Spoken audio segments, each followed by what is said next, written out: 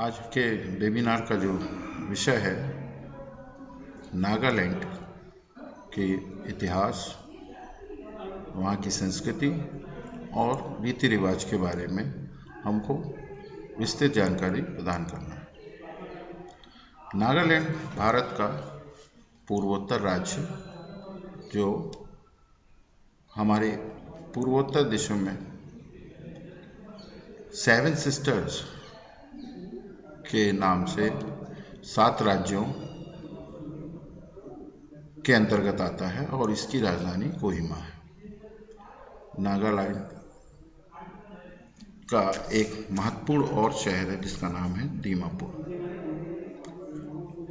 नागालैंड का इतिहास अगर हम प्राचीन समय में अगर इसका विस्तृत जानकारी लें या इसके इतिहास की विस्तृत जानकारी करें तो इसके अंतर्गत नागालैंड जो है वो हमारी 12वीं और 13वीं शताब्दी के अंतर्गत 12वीं और 13वीं शताब्दी के दौरान हमारे यहाँ पर आपने सुना होगा अहोम जनजाति के अंतर्गत इसका समावेश हुआ और अहोम जनजाति के ये संपर्क में आए। ये 12वीं और 13वीं शताब्दी के अंदर फिर जैसे जैसे विस्तृत ये राज्य धीरे धीरे विकसित हुआ, उस समय वर्तमान में जो म्यांमार है बर्मा के संपर्क में था। बर्मा देश था, पहले इसको स्वर्ण भूमि के नाम से जाना जाता है बर्मा देश को, और फिर उसके बाद ये बर्मा बना और वर्तमान में ये म्यांमार है। तो ये नागालैंड जो है भारत और बर्मा का निकटतम पड़ोसी देश भी है। म्यांमार जो है भारत का नागालैंड से लगी हुई सीमा है इसकी, और ये भारत के पूर्वी दिशा में स्थित है। नागालैंड जो है भौगोलिक दृष्टि से अगर इसको देखा जाए तो नागालैंड जो है वो भारत के पूर्वी दिशा में ही स्थित है और इसके उत्तर पूर्वी दिशा में आसाम राज्य, इसके दक्षिण में मणिपुर है और इसके उत्तरी क्षेत्र में अरुणाचल प्रदेश है।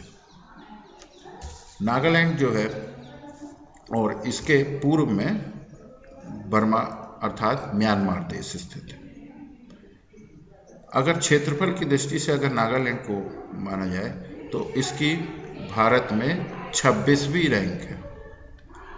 26वीं क्षेत्रफल में ये 26वें नंबर पे है और इसकी राजधानी कोहिमा, इसका प्रशासनिक जो भी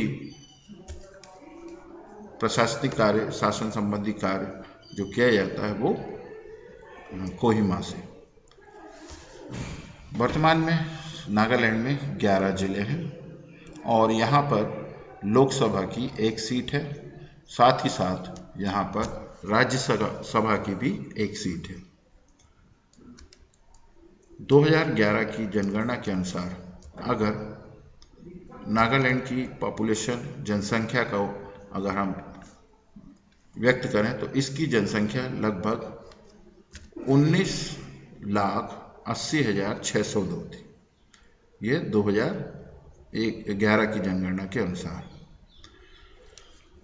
नागालैंड का जो खान पान, पहनावा, संस्कृति, अगर इसके बारे में हम चर्चा करें तो नागालैंड में लगभग 16 जनजातियां हैं और यहाँ पर यहाँ की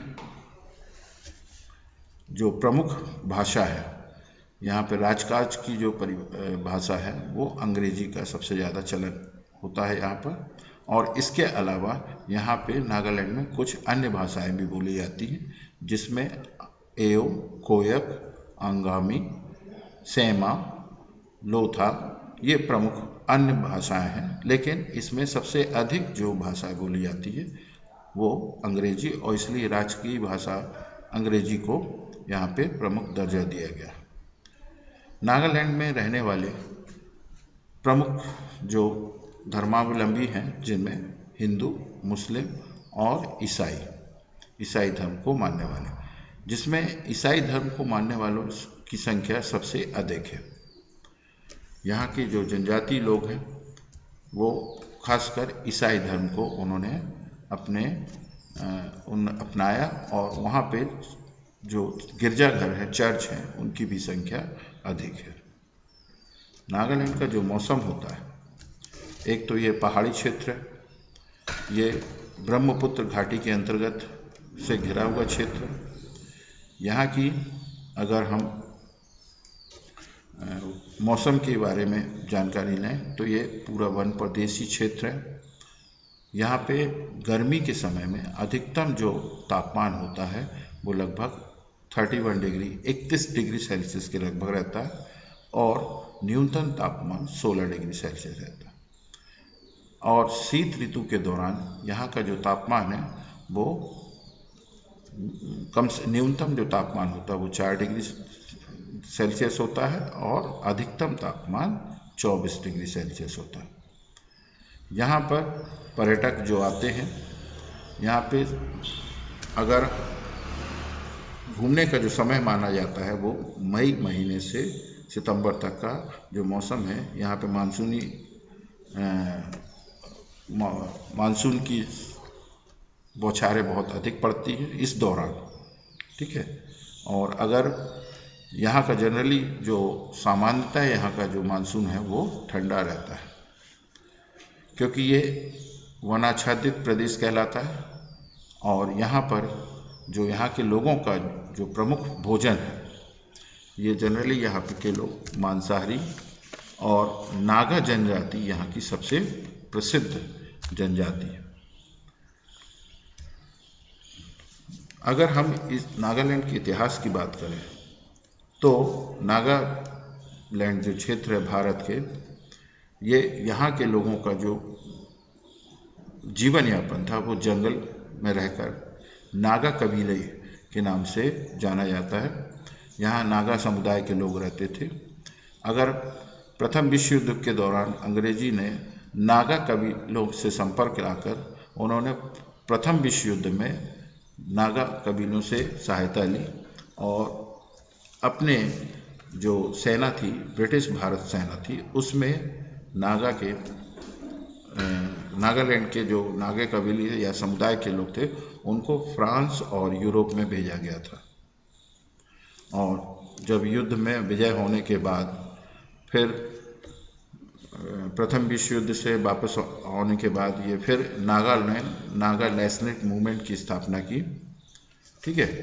अगर नागालैंड का हम इतिहास जाने तो ये अहोम जो जनजाति थी प्राचीन भारत में 12वीं-13वीं शताब्दी में, मैंने पहले भी इसका जिक्र किया था, उनसे ये मिलती जुलती जनजाति है, और उस समय ये उतनी विकसित नहीं थी। हालांकि ये दूसरी जनजातियों की अपेक्षा थोड़ा विकसित जनजाति थी, और ये कृषि और शिकार करने में ये लोग अधिक सक्षम थे। कृषि की भी जानकारी थी, खेती करना, किसानी करना इनको आता था। और इसके बाद इन्होंने धीरे धीरे संपर्क करके अपने आसपास के इलाके को, आसपास के जो राज्य है उनसे संपर्क और वहाँ की जनजातियों से संपर्क में आकर अपने आप को विकसित किया। 19वीं शताब्दी में ब्रिटिश काल के दौरान यह क्षेत्र अपने क्षेत्र के अंतर्गत भारतीय सेना द्वितीय विश्व युद्ध में 1944 में द्वितीय विश्व युद्ध जो हुआ था उसमें अंग्रेजों ने भारतीय सेनाओं से मिलकर बैटल ऑफ कोहिम में जापानी सेनाओं को पराजित किया था। और 1957 में 1957 में यह क्षेत्र नागा हिल्स तोइंगसांग के नाम से भी जाना जाता रहा। और 1961 में भारतीय सरकार ने इस क्षेत्र को राज्य का दर्जा प्रदान किया। 1961 में भारत सरकार ने इस नागा हिल्स तोइनसांग को एक राज्य का दर्जा प्रदान किया। फिर इसका नाम नागा हिल्स से बदलकर नागालैंड कर दिया गया। 1963 में इसका नाम बदलकर नागालैंड कर दिया और फिर 1 दिसंबर 1963 को नागालैंड को भारत का पूर्ण राज्य घोषित कर दिया गया। तो इस प्रकार जो नागालैंड की इसमें जो इतिहास दिया है, पीढ़ी दर पीढ़ी जो इसका व्याख्यान किया गया है। इसके बाद नागालैंड की जो संस्कृति है, नागालैंड की संस्कृति का इतिहास हमारे पड़ोसी मुल्क म्यांमार से, प्राचीन समय में बर्मा से मिलता जुलता है। नागालैंड विभिन्न जनजातियों की एक भूमि है। पुराने समय में यहाँ के लोग बहुत योद्धा थे। दुश्मनों की गर्दन काटना ही यहाँ की परंपरा थी। इनके वस्त्र तथा पशुओं की खाल, पंख, पेड़ पौधे की पत्तियाँ आदि को मिलाकर ये बने होते थे। इनके जो वस्त्र होते थे वो पशुओं की खाल से या पेड़ पौधों के पत्तों या उनकी छाल जो होती है उनसे बने होते थे और इन वस्त्रों से या इनसे बने वस्त्रों से ही ये अपना अंग ढकते थे। साथ ही जो पक्षियों के पंख होते थे उनका ये ताज बनाते थे, सिर में ये पंख लगाते थे और ये उनका मुकुट का या ताज के भूमिका अदा करता था। बाकी बदन उनका खुला रहता था। इनका जो प्रमुख शस्त्र जो होता था वो भाला होता था। अपनी आत्मरक्षा के लिए और पशुओं का या जानवरों का शिकार करने के लिए भाला का प्रयोग करते थे। और साथ ही साथ समय बदलते के साथ साथ यहाँ के जो लोगों का, पुरुष और महिलाओं का जो शरीर होता था वो हष्टपुष्ट और सुडौल होता था और साथ ही साथ समयांतर के साथ साथ इनका वेशभूषा या रहन सहन में बदलाव होने लगा। यहाँ नागा संप्रदाय के लोग, यहाँ पे जो 16 मैंने आपको बताई थी 16 प्रकार की जनजाति हैं। इनमें से जो जनजातियाँ हैं एओ, आंगामी, चोंग, चखेसांग, दिमासा, कछारी, कोन्यांग, कुर्की, लोथा, लामसिंगी, फोम, पोचरी, रेगमा, सुनी, संगतंग और जेलियांग, इस प्रकार के। और यहाँ का जो खान पान है, यहाँ की एक जनजाति राज्य होने के कारण यहाँ की वेशभूषा, खान पान, इनका अलग दृष्टिकोण है।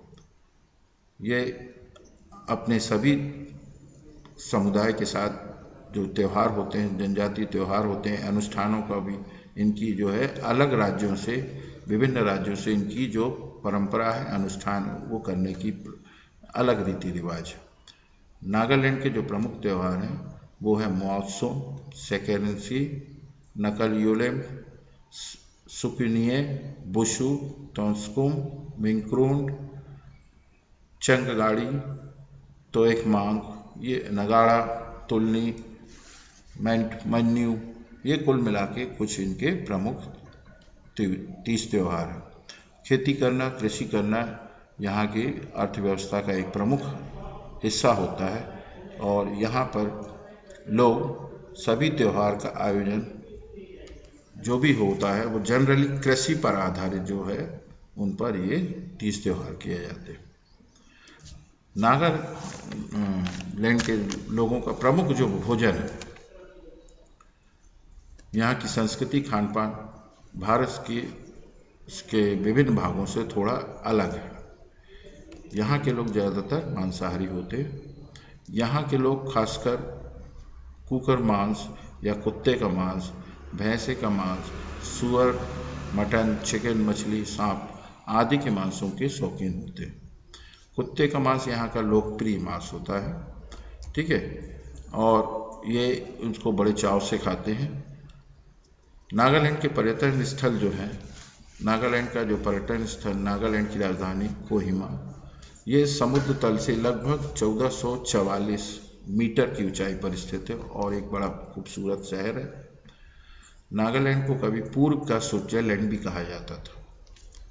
क्यों? क्योंकि ये चारों ओर से जंगलों से घिरा और प्राकृतिक सौंदर्य से भरपूर था। इसके अलावा यहाँ का जो सूर्योदय और सूर्यास्त तथा यहाँ के फलों और वनस्पतियों की विभिन्न प्रकार की किस्में पाई जाती है।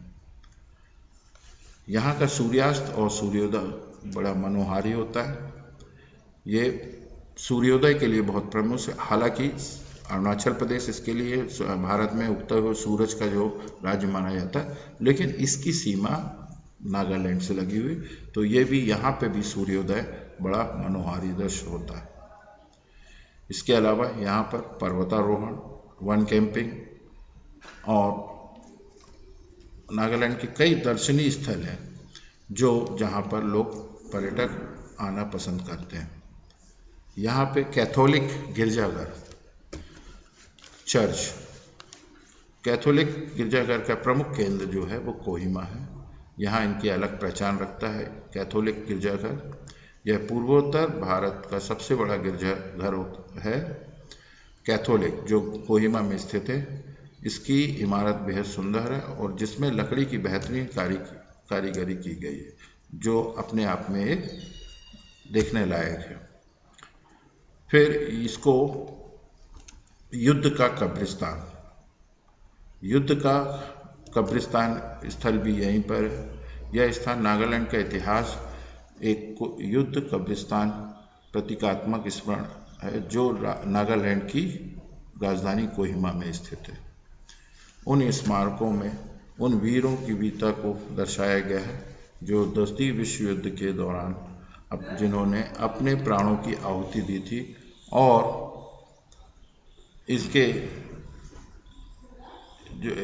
इसकी हर कब्र में कांसे की प्लेट जड़ी हुई है जिस पर उनके विस्तृत उन वीर योद्धाओं के बारे में यादगार पंक्तियां अंकित की गई। कोहिमा का एक संग्रहालय है जहां पर यह भी एक विश्व प्रसिद्ध संग्रहालय है, म्यूजियम जिसको बोलते हैं। इस संग्रहालय में अनेक जनजातियों से संबंधित उनकी वस्तुएं रखी हैं। नागाओं के प्राणी उद्यान का इसमें इतिहास है, प्राणी जगत के बारे में विस्तृत जानकारी है। यहाँ पर एक राष्ट्रीय उद्यान है, तांकी बोलते हैं इसमें एकमात्र, और इसके अलावा 3 अन्य जीव जिसको वर्ड सेंचुरी बोलते हैं, जीव अभयारण्य। ये नागालैंड में 3 अन्य जीव अभयारण्य है। साथ ही यहाँ पर एक नेशनल पार्क राष्ट्रीय उद्यान है। नागालैंड शहर को, जो नागालैंड राज्य है, इसका जो प्रमुख शहर कोहिमा, इसको नागालैंड राज्य को हवाई मार्ग, रेल मार्ग, सड़क मार्ग से जोड़ता है। नागालैंड राज्य का दूसरा जो राज्य है, शहर, जिला जिसको बोलते हैं दीमापुर। दीमापुर जो है जिसकी कोहिमा से लगभग 74 किलोमीटर इसकी दूरी है। ये अन्य राज्यों को हवाई मार्ग, रेल मार्ग और सड़क मार्ग से जोड़ता है। कोहिमा के पास एक खूबसूरत व्यू पॉइंट है, रमणीक स्थल है जो सूर्योदय और सूर्यास्त के लिए प्रसिद्ध है। नागालैंड जो है हमारे पूर्वोत्तर राज्य का एक प्रसिद्ध, एक प्रमुख राज्य है जो जनजातियों और अपने इतिहास और संस्कृति के लिए बहुत ही प्रसिद्ध है। यहाँ की जो प्रमुख नदी है दोंग्याम नदी है। यहाँ पर उसका एक बांध भी बना है, इसी नदी पर एक बांध भी बना है और ये इस क्षेत्र को सिंचित करने में सक्षम है। नागालैंड का जो साक्षरता दर है वो 2011 की जनगणना के अनुसार यहाँ की जो लिटरेसी रेट है, साक्षरता दर है, वो 80.11% है। और मैंने बताया था कि क्षेत्रफल की दृष्टि से नागालैंड हमारे उसमें 26वें नंबर पे आता है, 26वें नंबर पे। और उसके बाद जो अगर जनसंख्या के उसमें हम इसको आकर करें तो ये इसका नंबर है वो 25वें रैंक पे आता है, पॉपुलेशन में 25वें और क्षेत्रफल की दृष्टि में इसकी जो श्रेणी है वो 26वें नंबर पे। नागालैंड जो है वो हमारे भारतीय इतिहास में, अगर भारत के इतिहास में, इसमें जनजातियों के लिए इसको जाना जाता है। जैसे अहोम में खासकर उस समय 12वीं-13वीं शताब्दी में अहोम के दौरान, जनजाति के दौरान इसके संपर्क में आने से ये जनजाति थोड़ा, नागा जो जनजाति है, नागा समुदाय के लोग अधिक विकसित हुए और खासकर जो इनकी जो शिकार और अदर जो दूसरे उसमें क्षेत्रों में इनका वो होते थे, उसमें निर्भर रहते थे। खासकर अपने उसके कारण, अपनी कृषि वैज्ञानिक नीति के कारण ये उन्होंने अपने जीवन यापन पर, अपनी संस्कृति पर थोड़ा सुधार किया और धीरे धीरे भारत की मुख्य धाराओं में, भारत की संस्कृति या संविधान की मुख्य धाराओं में ये सम्मिलित होने लगे। तो आज हमने आपको इसके बारे में, नागालैंड की संस्कृति और इतिहास के बारे में आपको जानकारी दी और इसी से संबंधित हमारा जो एक भारत श्रेष्ठ भारत का जो, जिसमें राष्ट्रीय एकता के अंतर्गत हमारे सभी राज्यों को सम्मिलित किया है। यह केंद्रीय विद्यालय संगठन के सामाजिक विज्ञान प्रदर्शनी के अंतर्गत एक भारत श्रेष्ठ भारत, जिसमें सब राज्यों को उचित दर्जा दिया गया और उनकी संस्कृति को, जिससे उस देश के निवासी, विश्व के अन्य देश के निवासी भी लोग उस संस्कृति को, उस राज्य के इतिहास, संस्कृति और भौगोलिक दृष्टि को जान सके, जिससे हम अपने उनकी संस्कृति, उनके विभिन्न विचारधाराओं को अपने जीवन में आत्मसात कर सके और उनकी भावनाओं के भी हम कद्र कर सकें और उनको इस मुख्य धारा में ला सकें। धन्यवाद।